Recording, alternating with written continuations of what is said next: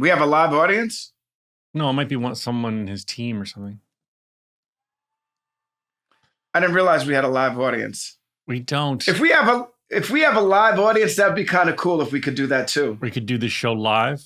We should do it live. We should have a live audience and sell tickets for the live audience. No, you need to be edited, and I need to be edited. Yeah, but the live audience can't record, can they? I'm sure they can record, and they're just going to wait for you to say something stupid.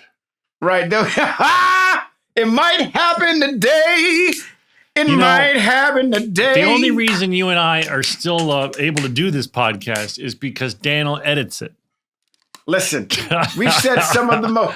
You're absolutely right. We've been so insensitive sometimes. Well, and when you talk for 2 hours and you sometimes broach sensitive issues, it's nice to be edited. You don't always. Not everyone is going to stick the landing with how they phrase things. Listen, I'm going to say this. Go ahead.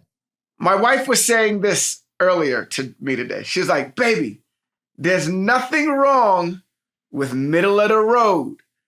And I was like, "What are you talking about?" She's like, "When you strive to be too famous, things can go wrong just by one thing you say. Right. But when you strive to be just, do you, man, do what you do best." Yes, Donald, I agree. And also, don't throw freak-offs because... Oh!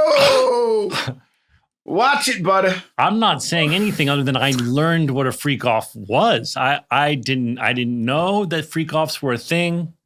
I have so many questions. Where Daniel will have to cut it all if we go into it. But I just want to say I'm being educated.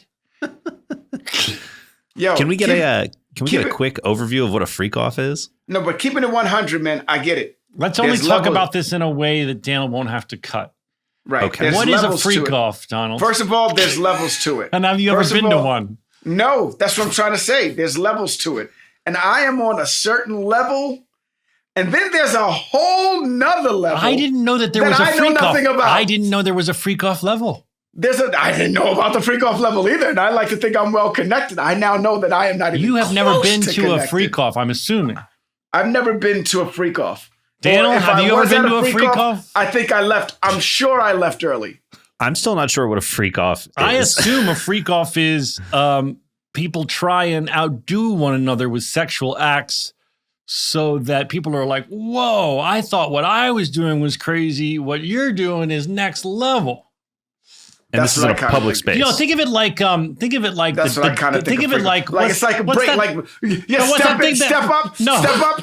Step up to the streets. I wasn't gonna say step up. I was gonna say like the the NBA does the basketball dunking competition. The All-Star game? No, the dunking competition. Oh, All-Star Saturday night. Yes. Yeah, I was looking at it as like step up, like you bring your crew, I bring my crew, and we freak off. Oh no. I think you got served in the freak off. You mean like what's that movie where Julia Stiles learns to break? Save the Last Dance. Yes, no, there's no battling and Save the Last Dance. There's battling and Save the Last Dance. Not like Step Up. All right, but listen. Or what's the other one? Let's go with my analogy. Omarion and then was in. What was that one? Can we go with my analogy, please? In the NBA dunking competition. What's the one with Chris Brown? Okay, let's go with your analogy. It's like the dunking competition, but with sexual acts, I'm assuming, where someone's like, yo, he just went, that was insane. The crowd goes wild. And now it's me and Tom's turn, and let me show you what a freak is. We freaking off. Yeah. They freak. And then the audience is like, wow, they freaked off. Yo. Holding up tens. Yeah. Holding up tens, holding up nines. Yeah. It's a freak off. It's a freak off. Daniel, have you ever been to one of those, Daniel? I haven't. I'm sorry. I'm missing out on the freak. I wonder if I've been to parties where they are like, all right, get everyone out of here who's like normal, and then we're gonna have a freak off. And I'm like, oh, the party's over, going home. And then they're like, and they're like, yo, get the signs, get the normies out, like turn off the lights, like everyone like, oh, we're all leaving. And then I go home and I'm like in bed, like reading my book, and then the freak off starts. Right. Wow. By the way, Donald, that movie you were thinking of was Stomp the Yard. Stomp the Yard. That's the one. Columbus Short. And Chris Brown. Donald, what's the one with Omarion? Then there's one with Omarion and B2K and them, and they had a real popular one too. And they're trying to, it's like a community center that all the dancers Right. are. I forget The name of funniest that shit is Julia Stiles learning to break dance. That shit's amazing. Have you ever seen that video on the internet? When she finds the rhythm of the city. Yeah. Oh, it's amazing. Yo, Donald, Oh, God. you gotta watch it. Just look on You YouTube. sound like a fucking exec. Oh, you know. What was the exec that you said? She finds the rhythm of the You know, they're streets. doing their thing. They're doing their thing. I told that She story, finds right? the rhythm of the I just city. remember there's a clip that's so cringe where she's learning to break like by looking at the rhythm of the city, and like she sees people playing basketball, and then she sees how they move, and then I think that's Honey. That's Honey. You're thinking of Honey. Oh, I'm conflating two movies. That's Honey. Yeah, that's Honey. That's what Jessica Alba. Yeah. Yeah, that's Honey. Sorry, it's two different women who learned the rhythm of the streets.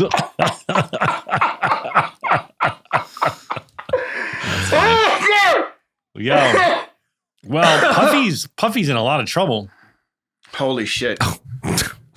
I don't think That's Puffy's not going to get out of holy jail. I mean, I've just been Like, reading that's so it. much about it. I didn't know anything about any of this. I really know very little about Puffy, but I've just been reading, as I'm sure a lot of people have. It's insane what's been going on over there. It just goes deeper. Like, it just is deeper than we thought it was. That's all. Like,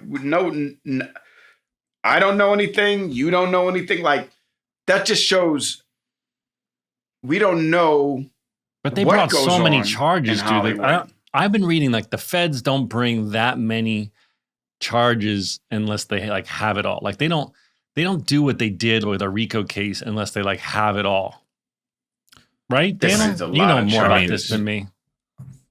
It's I just want to definitely. say, I mean, It's all allegedly. We got to say it's all allegedly.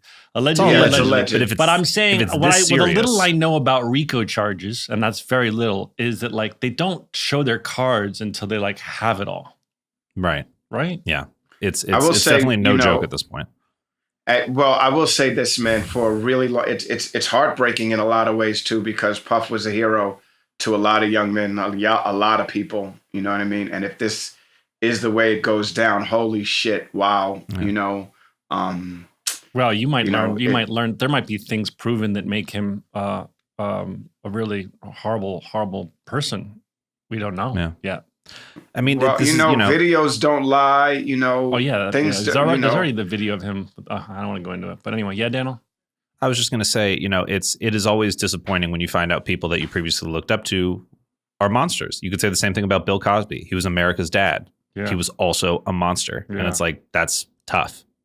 This one came out of the blue, though. I mean, just because yeah, I don't this really is- know much about Puffy, to be honest, I really don't. I know he was I know all this, like how he influenced hip hop and everything, and I know very little. But this just came out of like all of a sudden. This is the I mean, the articles are everywhere, and they're so Yeah. crazy, the graphic. and people are fucking quitting. Do you see all these people that are quitting, stepping down Their from their jobs? jobs? Yeah, from their jobs. they Yes. were definitely at the freak off.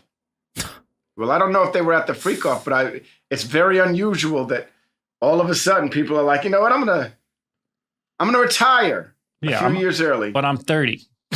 Right. For real. Yee. What else should we talk Yeesh. about? I don't know what else to say about the freak off. Oh, I ran into two actors who love you, Donald, and both want to come on the podcast at the Emmys. Who? Dule Ooh, Hill. That's right. Well, you know I Dule. love me some Dule Hill. Hold And on, the time legend. out. What? Go ahead. I love me some Dule Hill. I was at the first of Emmys all. recruiting people left and right, and I thought I got Dule to say yes. Okay, that's wonderful. Go on. I'm listening. I You got looked Makai. good at the Emmys. by Did the I way. look good? Do you like my joke? You Donald, look did you great. watch my joke? I didn't watch the. Come on. No, but my joke. You can watch it on YouTube. You said, I'll watch it on YouTube after this show. Come on, man. I'll watch it after the I show. was Don't be an texting asshole you. to me. I was texting you for your input. Did it? I know, and I I knew said, you didn't watch it. You know how I knew you didn't watch it? Because after it crushed and it did really well, you Okay, didn't text thank me. you. You didn't text me and be like, "Yo, you crushed." Daniel, did you watch it? I did watch it, Did and you you laugh? did crush. Thank so you. I'm not going to reveal it right now because I I want already- Donald No, to he see knows it. the I already joke know because the I was joke. texting him for we were thoughts. going over it. I was We were texting going him over for it. thoughts on it, and let me tell you something. It's pretty ballsy to do a joke you never rehearsed in front of millions and millions and millions of people. Absolutely, it is, Especially but a joke yo, that's a little bit complex. It's a little bit complex, Just in its structure. And Bill was helping me with it, and he's like, don't go for like 4 laughs, dude, because you're gonna be milking it. Go for like one solid laugh. And I go, are you kidding me? I've seen Kristen Wiig up there like get like 5 laughs out of one sentence. Like, I'm gonna try to like milk the fucking thing. I only got like 1 line. And so it's so ballsy because we never rehearsed. And I went up there and it fucking crushed. I got like 4 laughs out of like 2 sentences. That's fucking awesome, dude. You crushed. That's awesome. You know what it's like, though? It's being like a parent, because you do it to me sometimes. And I know why you do it. I'll have something that's coming out. And instead of going right away to go see that shit, I'll wait. Because I don't want it to be bad, and I don't want it to be, you know what I mean? And me have to look you in the face. So I'll wait. I'm surprised you don't watch You do the Emmy. same thing to me, fucker. Don't even try it, man. It took you 19 years to see Remember the Titans, so don't even try it. That was really bad. But that's just because like I don't know why. I was weird. I got to tell you, I was really nervous about it because to get up in front of that room, I mean, it's like all of the people killing it in Hollywood. And then of course all the millions of people who are watching at home. And it's one thing to just like, you should have seen what they wrote for me. It was like, oh my God, I'm not going to get up in front of those people and say this horrible, stupid joke. It's not going to get even a chuckle. So then I was like, I gotta shine. I gotta like try and write something. And it has to be quick because these things are quick. So I really worked on it hard and got some input from friends, including you. And crafted I thought it was funny from the gate. I liked the banter between you and Mindy from the gate. I think your sister gave you some really good fucking advice. By the way, that's someone else we're going to have on is Jessica Kirsten. My sister, for those of you who don't know, is a stand-up whose career is just beginning. Finally, I mean, she's been at it, and now she's skyrocketing. She's got a Hulu special. She's fucking blowing up. Jessica Kirsten, check her out. But she's a great joke writer, obviously, as a pro stand-up who's crushing it. She's been in it for a while, man. When we first met, well, it's kind of like at the same time when Scrubs was happening. She kind of Last Man Standing is a long time ago. She was on that comic competition, Last Man Standing. But like, if you go to New York and you go to the Cellar, which is the best comedy club on MacDougal downtown. She's like, one of their staples. She's like one of the, and if you ever watch that show, what's Pete Holmes' show called again? Crashing. It was about stand-up comics. Right. Jessica plays herself. A lot of New York stand-ups play themselves in it, and Jessica played herself in it, and she was really funny on that. But now, she's finally getting her flowers. She got a big special, and anyway, Donald's right. Jessica gave me helped me with the joke because I'm not a stand-up comic, so she helped me refine it too. It takes a lot to be able to tell a village. Joke also. But listen, man, you think Eddie did it by himself? He had 2 of the best with him. He had Keenan and he had Robert Townsend. I'm just saying he the had most great joke writers. I'm just saying what stand-ups do is they try a joke out, it bombs, they go, I got to work on it. They try another joke out and they refine it and they refine it and they refine it. And by the time you probably hear it in the Cellar in New York City, it's fucking great. Right. This was like a kind of a big swing with no rehearsal in front of millions of people. It's either gonna go one of 2 ways. One way you're sweating bullets. I was sweating bullets. Dude, if we get backstage, you'll see when you see this, like they built this whole like hospital set. And we didn't, I thought it was like we're going there in the Emmys, like anything. You get up and you get at the microphone and you each say a sentence and then we get backstage and they're like, okay. So when the curtain goes up, these extras are going to run through with a stretcher, and you guys will come, and then you're going to come to these marks, and then they start giving us like blocking, and it's like a countdown. I'm like, wait, what? What's happening with a stretcher? Like all this shit's happening. And we're backstage, and I can see Mindy Kaling starting to be like, oh shit, we should have come to rehearsal. And Mekhi Phifer's cool as a cucumber. Cool as a cucumber. He went to rehearsal. No, I don't know if he went to rehearsal, but he was like, he's sitting there talking like, so how's Donald, man? I'm like, bro, I cannot small talk right now. Like, we are about to go live.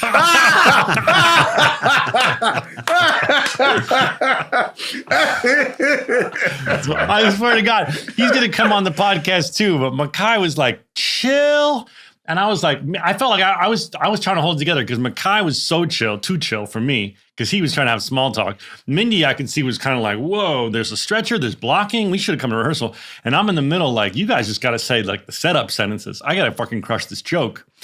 And It was really funny. It was really funny. Anyway, he's the sweetest guy, and he wants to come on the show, and he asked about you. He couldn't be nicer, Right that guy. He's a great dude, man. I've known him since New York City. Before I left New York City, we were young in New York City. I remember when he, oh my God, I remember the heat when he popped in New York.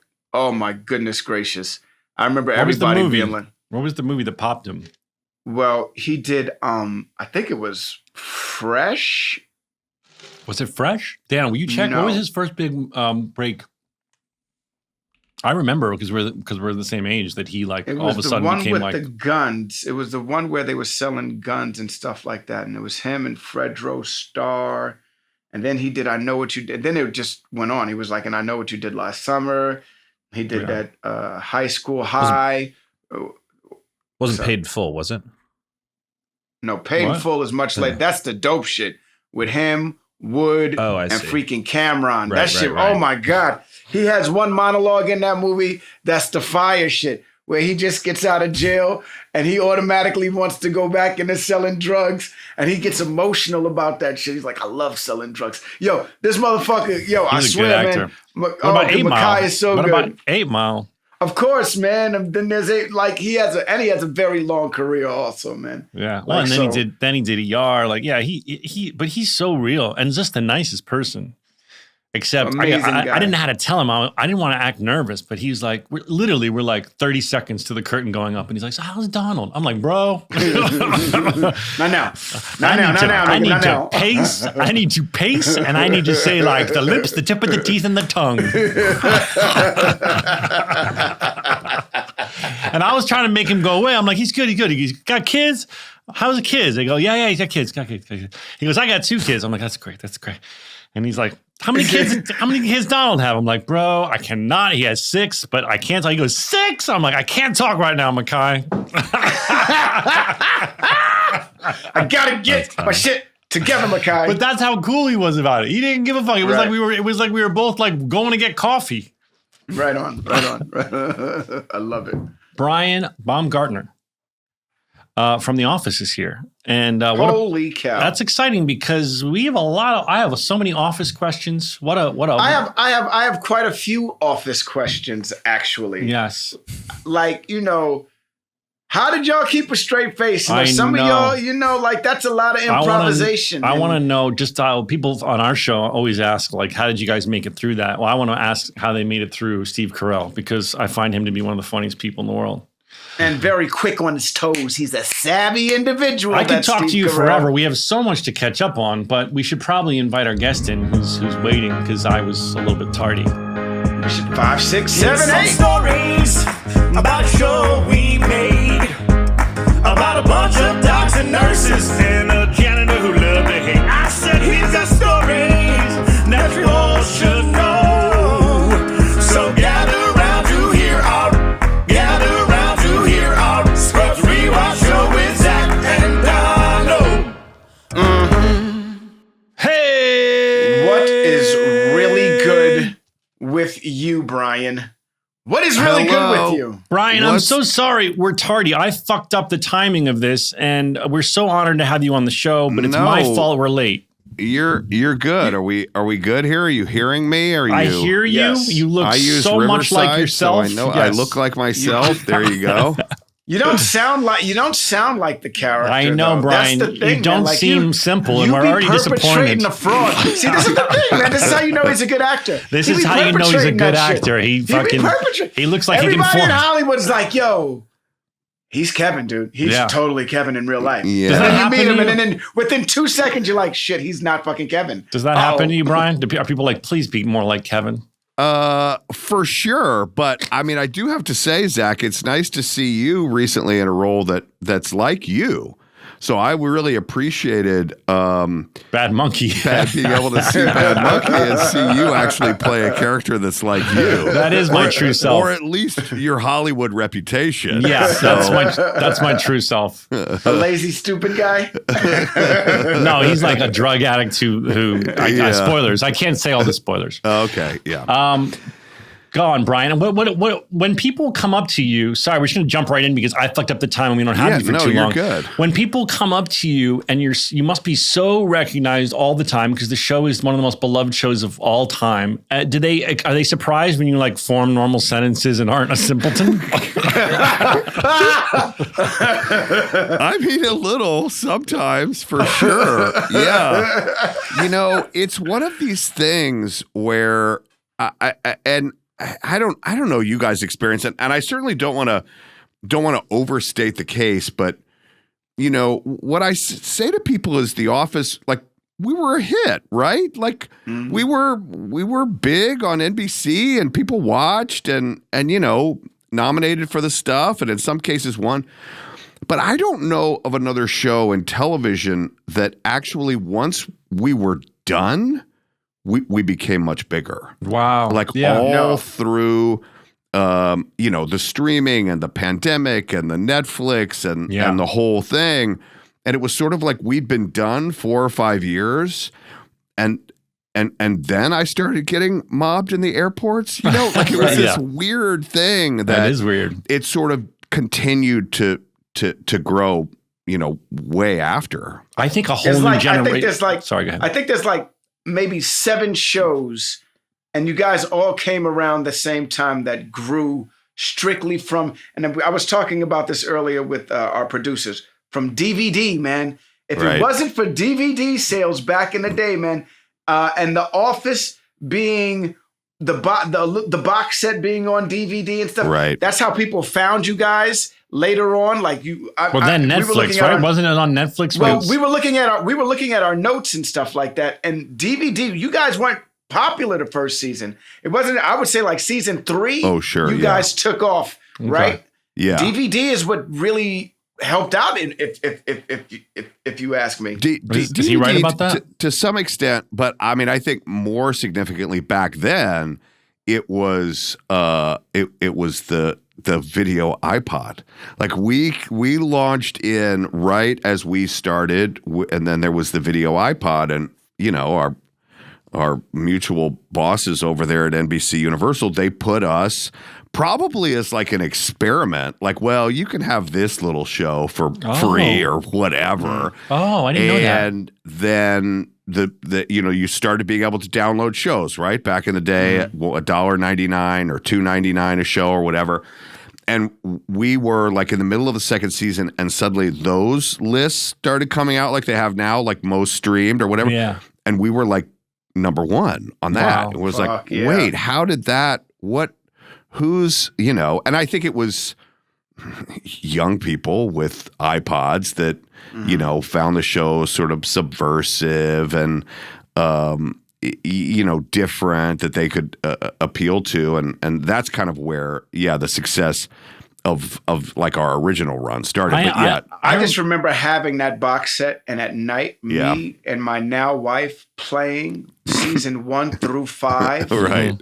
And we were still making Scrubs at the time, but to go to bed, we would play season 1 through 5 in the box set, and just thinking, holy shit, how have I been missing? I was on NBC with you guys. Right. How have I been missing this show? And fucking being so fucking phenomenal, man. I think another generation also just found it, continues to find it. You know, I think is the streaming platform Netflix that it's on, or has it moved to Peacock? So now we're on Peacock. Yeah.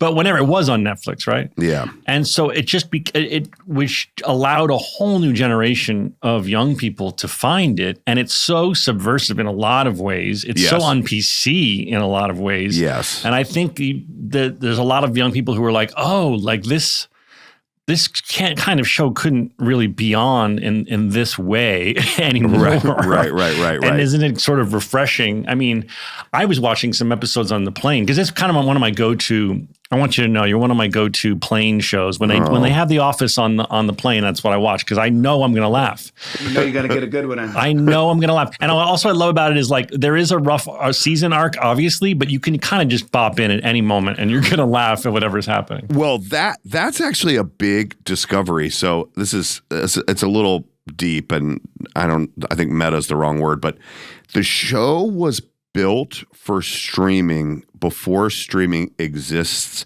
and I'll tell you what I mean. Greg Daniels, our creator, he wrote a lot of like 3 and 4 episode arcs, right? So it's like Idris Elba comes in to be this temporary boss, and he's there 3 or 4 episodes, and then he goes. Jim goes and takes a job at the other paper company, and this lasts for a few episodes, and it goes, or this relationship, or this whatever. And so I think that people, it's 22 minutes if you're watching it or whatever. And it's like, oh, okay, we can watch 3 episodes, have a little story, and then be like, okay, we'll pick that up later. Some people have said that. But I think to your point about the young people, I always said the subversive thing. I think that sort of a new discovery for me is that the relationship between an unreasonable boss who makes his employees do unreasonable, embarrassing things is closely mirrored to an unreasonable teacher who makes their students do unreasonable things while sitting next to people who you don't choose to sit next to, and you have projects and all of that. And I think that relatability for high school, college, even junior high, like I think that's a real thing. And also dealing with people who, like Steve Carell never says the right thing. Right. And everyone in their life has someone who's older who doesn't say the right thing, and they're trying to educate them in why they can't say that or why that's inappropriate. But watching him fumble through, I mean, he was so fucking perfect in that role that they all were. Everyone. I mean, that's nice. Yeah. I mean, tell us about. Sorry, let's go back to the very beginning and just tell us about, because I always like to hear audition stories. How did you get this amazing role? Well, so you're a Northwestern graduate, aren't you? I went to Northwestern's, like the Cherub program. Yeah, you know the Cherub about that? program. Yes. That's for people who don't know. That's like their high school summer program. Yeah, which is like 1 year between junior and senior year, and I did that, and that was where for me, because one of the things that I talk about people when I'm talking to them is like, when for you did it become like, oh, this is what I want to do, as opposed to a hobby? And maybe that's because for me, like, it was like, oh, I'm going to do this play in school. I'm going to, audition for this or whatever. But I just felt like it was an activity, or I don't know, would help me get into college, but then I'll be a lawyer or whatever. And that was the moment for me where I was like, oh, like creating a character and objectives and actions and all of the, and physical, and I'm going to do voice. And I was like, oh, this is like a thing. And that's where I decided. I went to SMU in Dallas. And I think the thing for me, which I don't know if it's unique or not, but I'm curious about you guys. Like, I never thought about film and television. Like, I watched television and I watched movies, but there was a disassociation it was like, I'm a theater guy. Like, that's what I'm doing. And that was sort of all I wanted to do.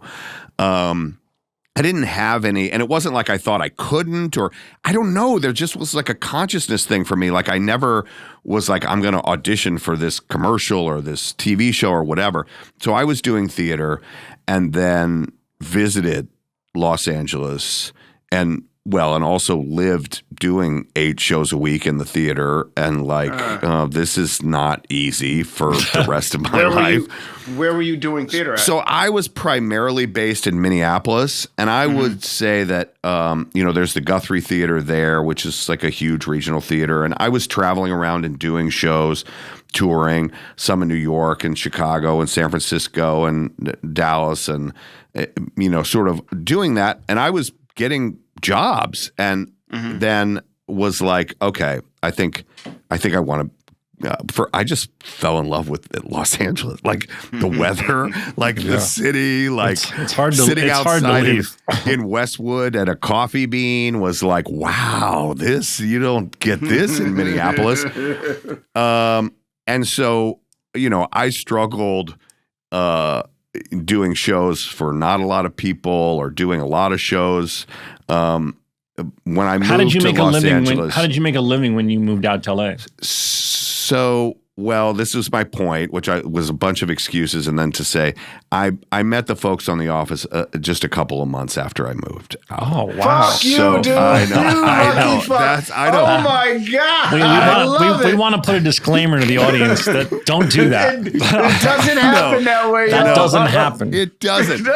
It really it doesn't. But I will say this, and this is kind of a new discovery for me, which is I think the fact that I hadn't been here for that show really helped me, because I wasn't like, there was no nerves. I wasn't nervous. And then sort of every step along the way, I was like, well, of course this is going to happen. Like, I didn't have that like self-doubt or like feeling like this is the most important thing. If I don't get it, like, I don't know what I would I'm have going to do. thought even though you moved here, you knew you would still be like, holy shit, this could be life-changing.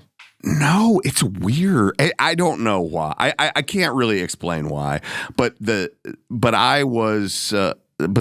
part was certainly lucky. But think about this too, though. When we started, right? So I was hired in. Let me get the math right. So the pilot was like February of 2004. Between February of 2004 and September, or August when we came back to work of 2005. So like over a year and a half, we shot 6 episodes. So when Donald's talking about like we only shot 6, we shot the pilot and then we shot 5 more, and then it didn't air until like spring of 2005. So it was over a year that it aired after we shot the pilot. So. And it had a slow start, right? It wasn't very slow start. It wasn't a hit off the gate. But NBC is very, you know what? Shout out to NBC. Back in the day, they don't do that shit no more. Especially back in the day. They don't do that shit no more. Listen, well, I mean, Extended Family, we shot 1 season. It took us 2 years to make that show. And we went through a strike and I'm just some saying other shit. they don't, and the network doesn't have patience for you not doing well now. Now, back then they didn't. Back then, if you had 10 million viewers, they were like, you know what? See you later. Yeah. Well, now too, I don't think they have much patience. If you have 10 million viewers, I just saw Rob Reiner on a clip of Rob Reiner talking about Seinfeld. I didn't know that he was a producer of Seinfeld, which he is, and he was talking about how it was not a big hit at all. In fact, he had to go beg them to keep it on the air because the first 5 or 6 didn't do very well. Yep. Our stories are very similar in this regard, so I am told. What I am told is that the only reason we got to make more than a pilot, they have the what do you call them? The testing dial rooms? testing, yeah. Yes.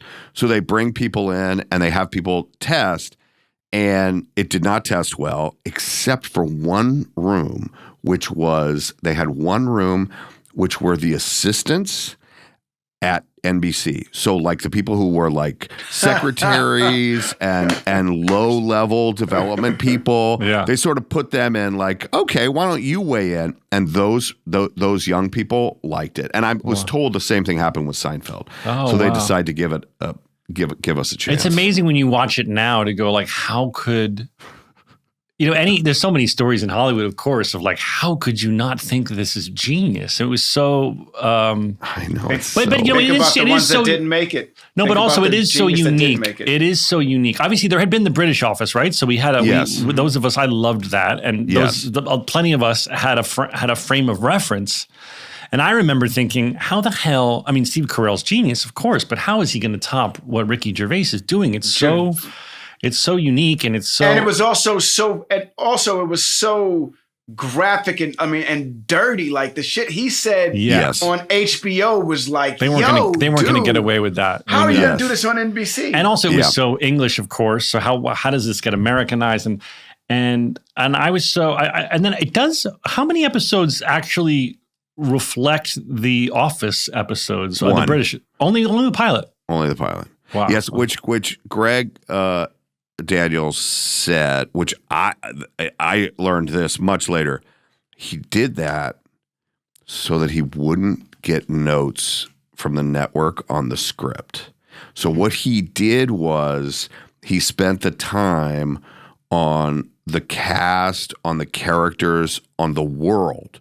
So he considered himself like world building of what Dunder Mifflin was and the relation, like where everybody sat in there. It was all very planned out in terms of the type of characters they were and how they would interact and who they would associate with or not associate with or be forced to be next to someone like Angela and I who really didn't belong, but there was a barrier in front. The only barrier in the whole office was in between us. And all of that stuff. It wasn't a set, right? Wasn't it a real building? So so we moved. Oh, when did you move? The first 6 episodes. There's an old, God, you guys I'm sure would know it. I think it was called like Culver Studios. It's gone. It's still there. I shot. It's owned by. Didn't we shoot the Scrubs? We shot Scrubs there. We shot the last episode of season of Scrubs there. Okay, so we ate lunch on the soundstage, and so the production offices for that building is Dunder Mifflin. So upstairs, when you go upstairs and like where the production offices would be, that was our set. Oh, and then that's Greg fascinating. That's for the first 6, you said? The first 6. Oh. And then everybody said to him, like, we can't sustain this. Like, we're on a second floor. Like, there's nowhere to move around. And so he was like, okay, but it's not changing. Like there was so much that was like about realism and he wanted everything like ultra real. So he recreated that space. Exactly. On the middle of a soundstage out in Van Nuys, Panorama City. Oh. And the only thing he did, and it's something crazy like this is not an exaggeration. He added 18 inches to the conference room. Because he was the camera people were like, you have to give us somewhere to stand. we can't fit, a cast of 16 and, 2 camera guys and a boom mic guy and all that in this space.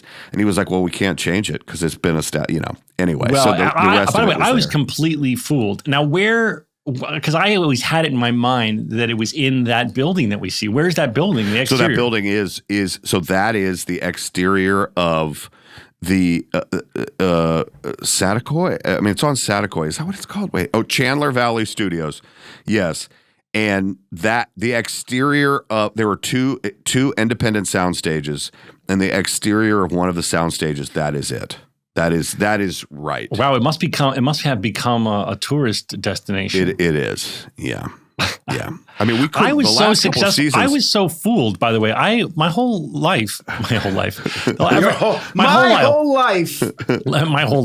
my whole time as a audience member, I believed you were, I mean, this is so silly because I'm a filmmaker and this is what I do for a living, but I was convinced that you were in that actual building in the valley somewhere. No, sort of, but not, it didn't look like that. Yeah. Right. So, the warehouse I could tell was a soundstage because that was kind of just like a soundstage. Right. Yeah. Well, I couldn't fool you on that, but yes. The warehouse is kind of like, what if we just put it in the soundstage? Like, oh yeah. No, but he, what do you call it? Drop ceilings with the tile. I'm like gesturing. I don't know if we're on video, but you're good. You're good. It looks like you're pushing DJ Daniels. Well, yeah, like you can push. Yeah. It looks like you're raising the roof. Yeah. Up, down. The ceiling tiles. So that, drop ceilings. You could move. Yeah. So no, they put that in. So even on the soundstage because he wanted it to look the same. He wanted it to feel constricted and tight. Tell us about, we always get asked this on Scrubs. Tell us about about the improv, how the improv was handled. We on Scrubs, we sort of, Bill Lawrence's rule was I definitely want it good as written, and make sure you don't skip that. I definitely want to have a great version as written, and then time permitting, you guys can fuck around. And a lot of funny stuff came out of that. Was that the same kind of vibe as you guys? Yeah. I mean, how it was explained to us, which, and maybe you're just not wanting to share this, how it was explained to us, right, is that we still have mega conglomerate studios and GE or Comcast or whoever. GE was the remember? Oh, GE was it. That was the one, man. But we had. They left us and went spaceship. I'm just gonna put it out there. All right, go on. Sorry. No, so the script had to be approved. Like someone had to say it was okay to say whatever the words were. And so they always wanted us to say what the words were because they wanted to make sure that we had a version that was approved. But we all, 100% of the time, we changed. And they started doing, what did they call? Oh, candy bag. Especially for the little like direct to the camera, you're being interviewed stuff. Yeah. We would have like 8 versions of those, which essentially was delivering the same idea, either opinion on what was going on, or sometimes it would be like, well, we can't really decide how Kevin would feel about whatever. So give us both. And then we'll sort of put it all together. Would he be delighted by this, or would he not understand it, or would he, like whatever. And so they would sort of build things in that way. That's so fun. Those direct to the camera things, you can just see where there was so much opportunity there to riff, where you could be like, because then you can very easily get what's written. Okay, I got it. I got what's written. Yeah. Now let me just go off and just see where my brain goes. Yeah, totally. Yeah, it was that was pretty special. But yeah, we the amount of whatever improv got into an episode obviously just varied per episode, but we were always given an opportunity, even the scenes too. Was anybody brave enough to go against Steve? Man, I mean, it was really hard, and it was also hard just because of the structure. Mm-hmm. Like he's especially like I mean, you think about sort of the quote unquote famous scenes in the conference room. Mm-hmm. So he's standing, you're sitting. Right. There's sort of you're already got a power imbalance there, and then you have him who might be truly, like, I honestly believe this, the greatest improviser ever. And the reason I say that is because not only is he funny, not only can he come up with anything in the moment, but what he does, which without naming any names, other people have trouble with, is he's always on story, like on topic. Like he's never he's never saying something that's like, well, Michael wouldn't say that, but he also understands like what the whole of the script, the individual episode or the season that we're on, like where he's trying to get. And he's just, he's a I love watching clips of the bloopers. I mean, I know Scrubs fans love watching Scrubs bloopers. But when I saw recently, my Instagram knows now that I love Office bloopers. And I saw a scene where he was explaining his home entertainment system to Jim and watching Carell try, and he couldn't get through it. And it was so funny watching him not be able to get through his improv. Probably the closest. Some of your audience may have heard this before, but probably the closest to like standing up to him, which wasn't even standing up to him, was, if you remember the episode, which, by the way, can you even say the title of this episode these days on television? But Gay Witch Hunt, when he kisses Oscar. When he kisses Oscar, that was improv. That was really? the kiss. The kiss. That's the was best improv. part. Where was HR? Yes. Listen, Yes. come on. The kiss. Where was HR when this happened? Yeah. Oscar had such a lawsuit against God. Dunder Mifflin. Everybody had a lawsuit against Dunder Yeah. Mifflin. More than anyone knows. Yes. I know, but everybody He had a was lawsuit. outed. He was outed in the freaking room. He was outed. Bro, is Outed there and anyone? kissed. Brian, and then kissed. Brian, is there anyone that works there that doesn't have a lawsuit against Dunder Mifflin? No, there's a lawsuit every which way, at least against Steve and probably several characters as well. Yeah. I mean, God bless Greg. We had such a huge cast and it never got smaller. It just kept getting bigger. Yeah. He would find a different energy that he wanted to bring in from Ellie Kemper or Ed Helms. Yeah. That would just sort of change, you would sort of add that ingredient in, it would change. But it was an office where everyone at one point in time should have been fired. Like Kevin, really, like he was fired in the last episode. Everyone should have been fired. Dwight finally fired But now him. you guys had to. One thing that's unique about The Office that people who aren't actors might not realize is, when we do our scenes on Scrubs, we don't have to be there when That's people are doing their other stuff. You guys are 100% of the time background. Yes. What was that like? I mean, what? That's It's like no days off. That's a very No days off. That's a very unique situation, and you got Yes. hours where you're just background. Yes, and that was a little bit for me. I mean, I had booked a couple of other, smaller jobs or whatever, but this happened very quickly out of the gate, and I think early on it was my expectation that this was how it was because I had come from theater, and if you're rehearsing something, you're always there, and then maybe they spend some extra time on some other scenes, but no, it was now it really was like everybody had a schedule of the number one on the call sheet, because everybody was there every day, all day, Right. 12, 14, plus hours. I mean, we were doing like 60 hours a week, and unless Michael had to go see Jan in New York or whatever, especially early on, like we were just all What did we you were do? all there. Was it crossword puzzles? What was your secret? Well, we were doing 30 episodes there for a while, a year. Insane. So I was paying That's good money. bills. Like we were paying bills.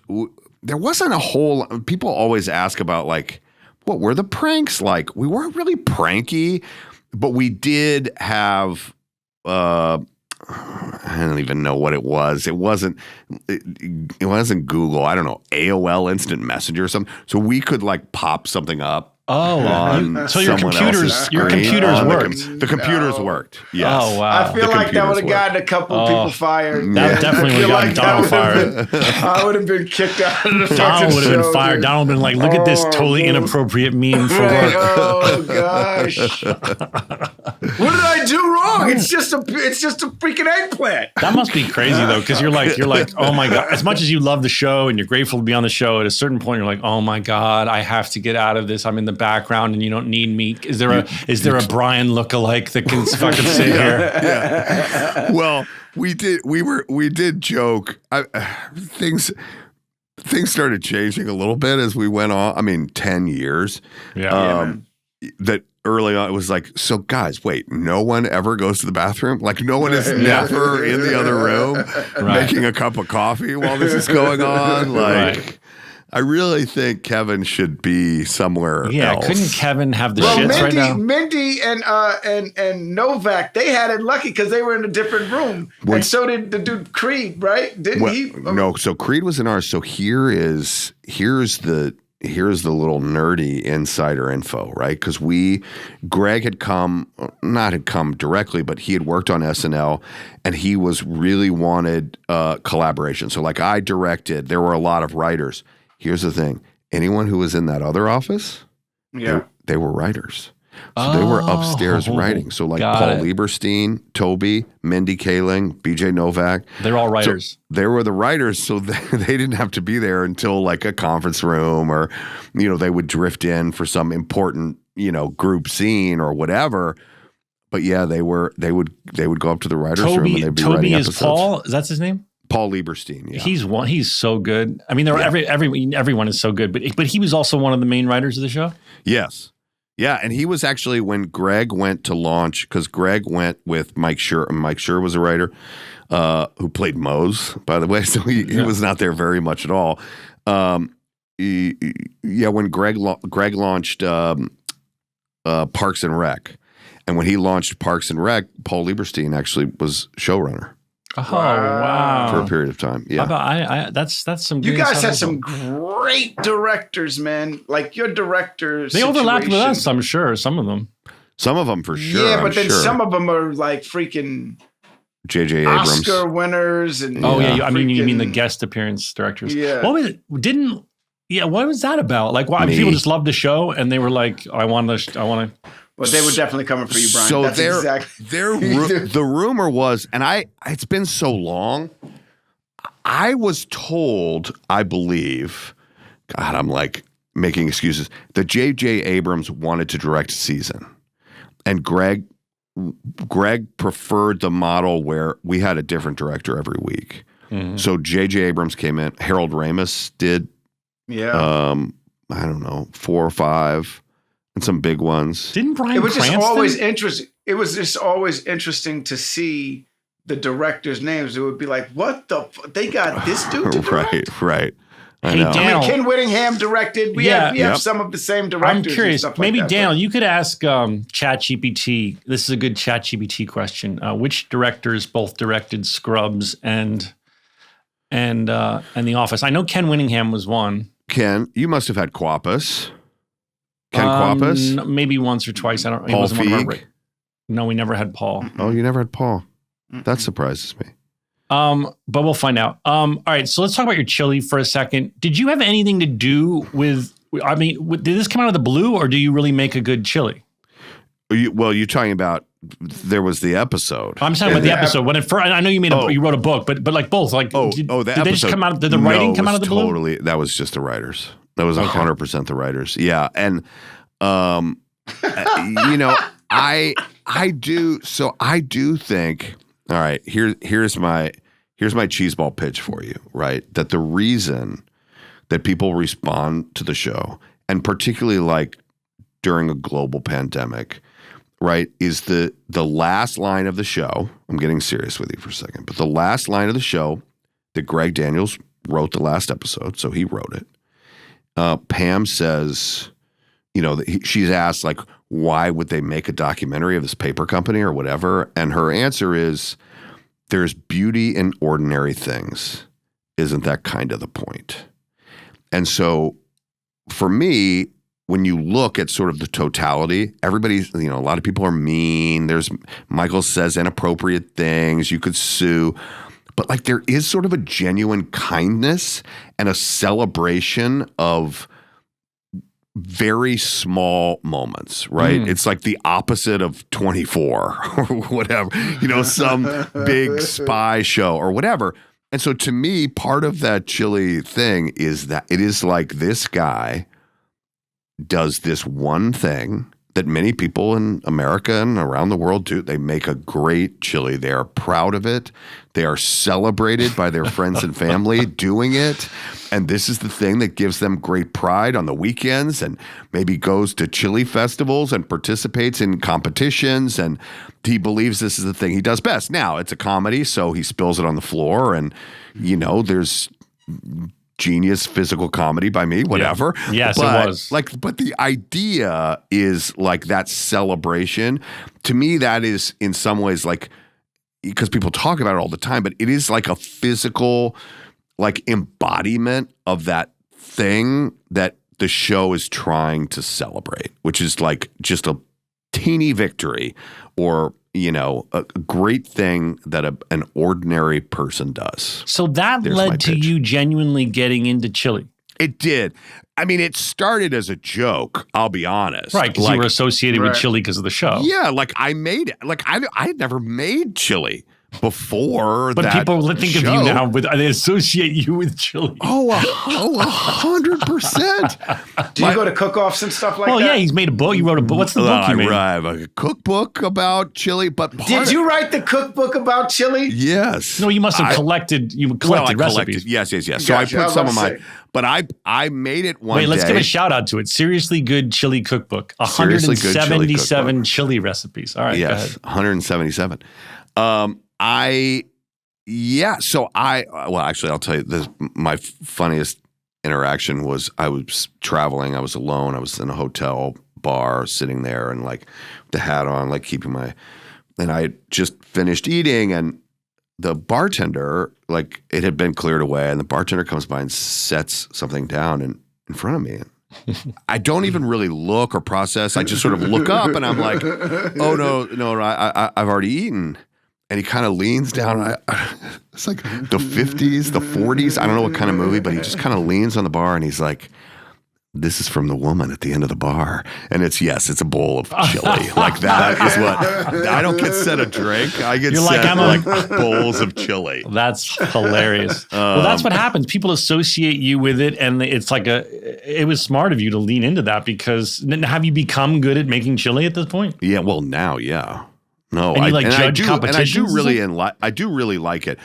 Well, and that's where the inspiration for the book came is I got invited to, and this thing is not like a couple of years. It's now, I don't know how many. It's over 50 years. Actually happens at the end of September. I'm not going this year, but the World Championship Chili Cook-Off. You have to win your state, region. It's in Myrtle Beach, South Carolina. And so I went there, got to know them. They asked me to judge the thing.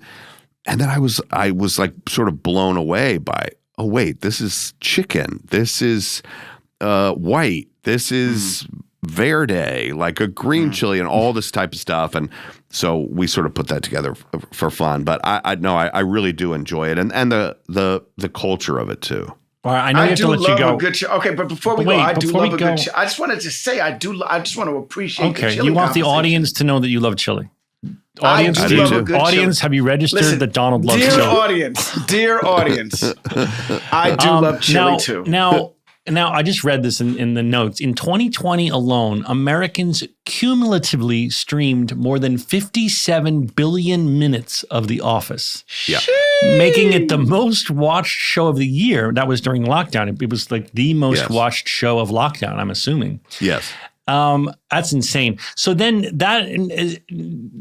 tell me about, you have your own podcast. It's obviously different from the Office Ladies. The Office Ladies were the inspiration for us, by the way. I'm sure they were. That popped off and people started approaching Donald and I, and we said, okay, that sounds fun. Shoot the shit with Donald about episodes. That sounds great. But you have your own podcast. Tell people about that who don't know about it so they can find it. Off the Beat is what it's called. It started actually. So, I did a Spotify exclusive podcast that started right about the time that Jen and Angela started Office Ladies. And it was called An Oral History of the Office.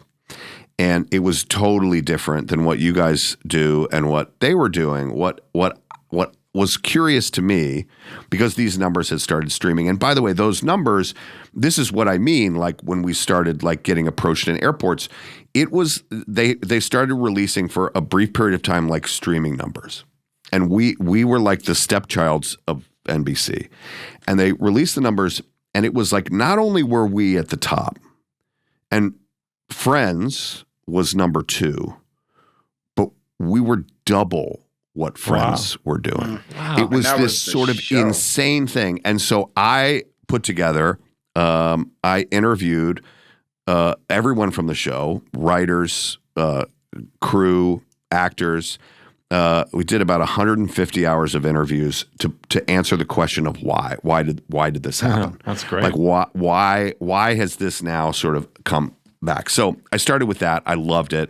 Then started talking to other people. Love to have you guys on at some point. Absolutely, we're fans. Off the Beat, which now you can get wherever you get your podcasts. And it's it's really fun for me. I love doing it. It's and I love listening to you guys as well. Well, thank you, man, and thank you for coming on. And sorry we were late, but No, I please. just want to. We find you, Donald and I, just find you so funny, and I think I have all those people so watching. many more questions. I know. want to get back into the we'll have him back on. dramatics of it all and all of that stuff. And We'll have him back on, Okay. Donald, because I hope you'll come back, Brian. Yes. We're such fans of yours. No, and, well, thank you so much. And I can't leave you without noting that that you guys, I don't know if you're aware of this, you do some T-Mobile commercials. yes, we do. Yeah. we yeah, do. Yeah. Are you aware that we're team?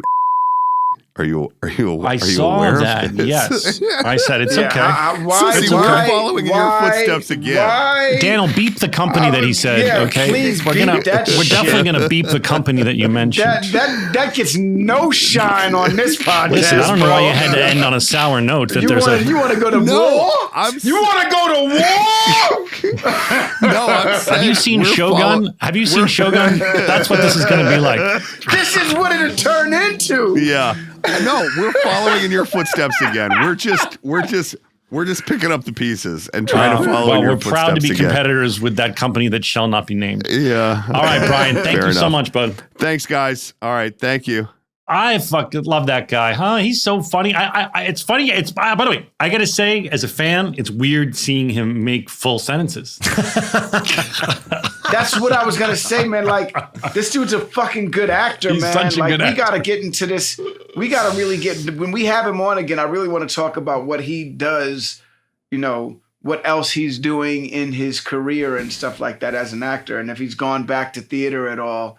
Like, we just ran out of so much time, and he stayed the amount of time that we needed. I know. And we I just- appreciate him there's staying just late. so many questions. It's my fault. You know, I fucked up the timing. I was trying to, I went to hot yoga, Donald. Good for you. I'm trying to lose the weight that I gained while in Europe. Zach, I'm going to say something to you, and I don't want to sound like an asshole. Okay, go ahead. I can't wait to hear what this is. What did you gain? 5 pounds? Like 6, yeah. But I don't want those 6 pounds. Don't say something like petty. I'm going to keep it to myself because I have something very petty to say about a 6 pound weight drop. You fucker. Well, let me just say, Can't that nobody see no 6 pounds off of your I ass, could man. see it, and I don't You like it. can see it, you vain motherfucker. You look good, bro. You are a handsome, Go on. Go on. well-liked player Go ahead. of the male human species. Well, I'm single, Donald. When I have a wife and children, I can let my body go. But there are plenty of women that would love to be with you, my friend.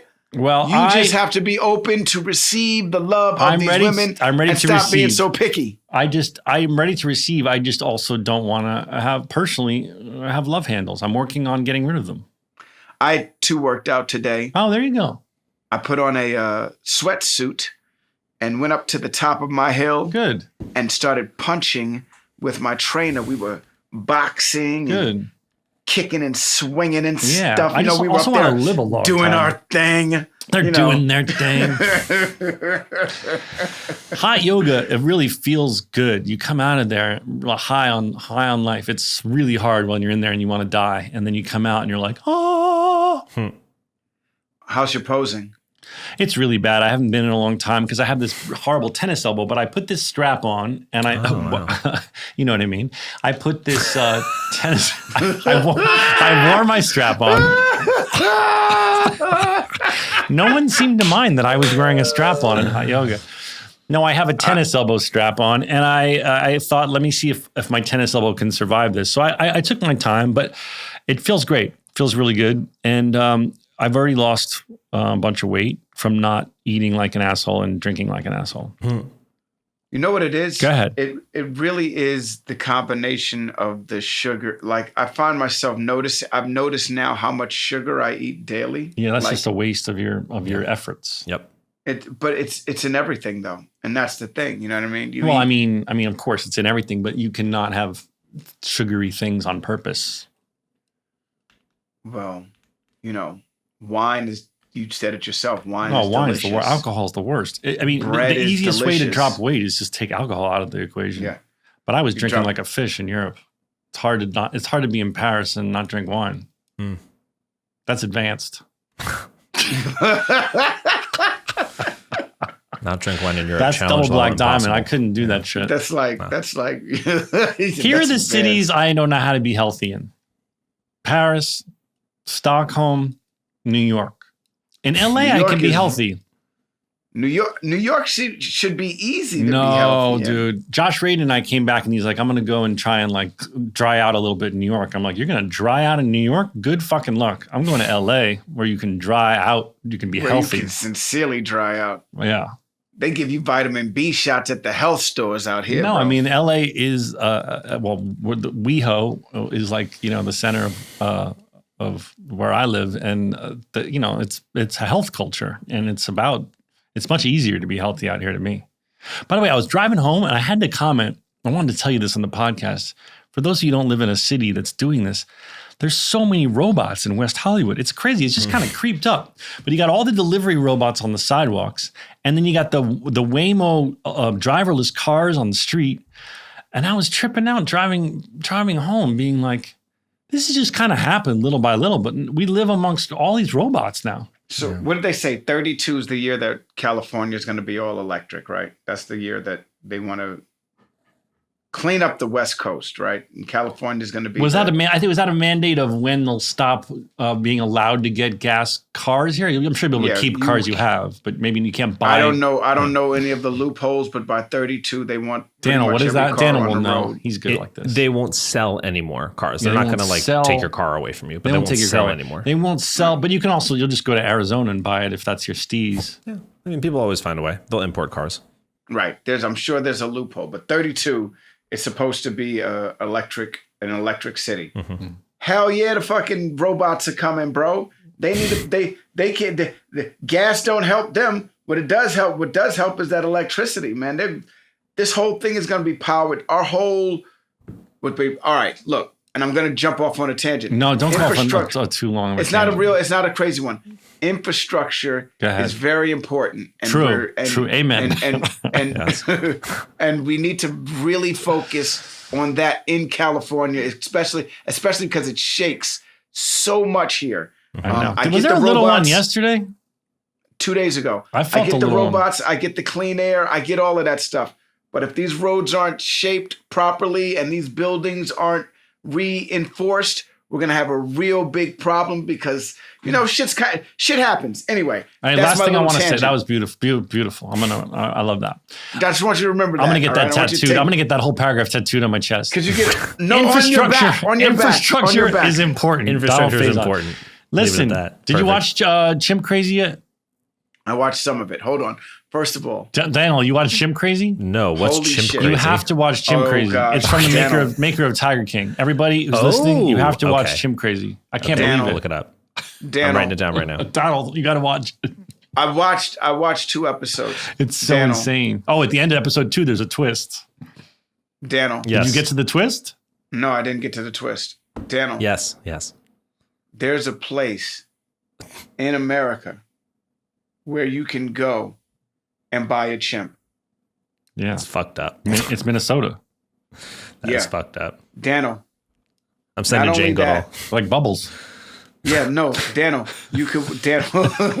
That's exactly That what must it be is. where MJ got Bubbles. Look, Daniel. Yes. Not only can you buy the chimp, but you can buy it from when it's a little tiny baby That's and really fucked cute up. and fun and shit like that. Yeah. And you can keep it to when it kills you. Yeah. Yeah. You can keep it all the way up until it kills you.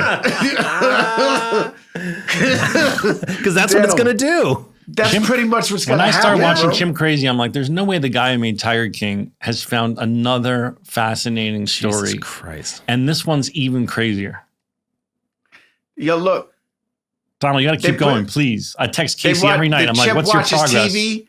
They put 2001 A Space Odyssey on TV. What? He didn't like for the that. chimp to watch. They try to And radicalize the motherfucker chimp? started going crazy. Whoa, whoa, whoa. Started jumping around Yeah. and shit.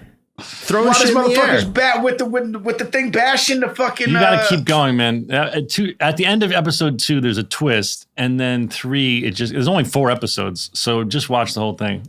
It's insane.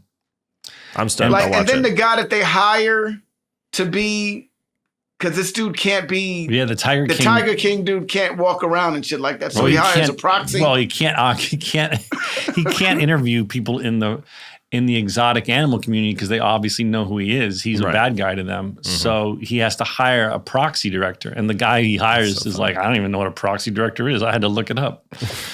Anyway. But he's also a dude who's been arrested several times for being in the exotic animal community. Yeah. It's Daniel, when you get the chance. Okay. Yeah. Daniel, please watch the first episode alone. And also Shogun, on the total opposite side of things, I got to say, is okay. Just so now you watched it because it won that shit, huh? Did you? I have been watching. I've never watched it.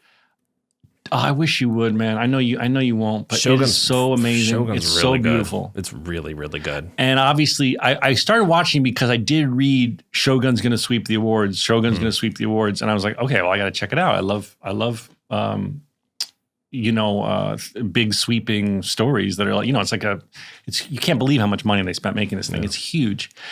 And the actors are so good. And I was like, okay. And it's amazing. I finished just in time to watch it truly sweep. I think it's won more than any show's ever won. That's crazy. It's so good. All right. We won't keep the audience anymore. We've gone long. We love you guys. Thank you for listening to our little podcast. Donald, I miss you so much. It hurts sometimes. I miss you too. My wife told me that you told her you miss me I'm in LA. socially. Well, you don't hang out, and I know that you're a bit of an agoraphobe, and I do miss you. I'll have to come to you is the only way I'll see you. I'll come to you. I'll come out. I'll get out. We can go eat some food together. You want to have a freak off, just me and you?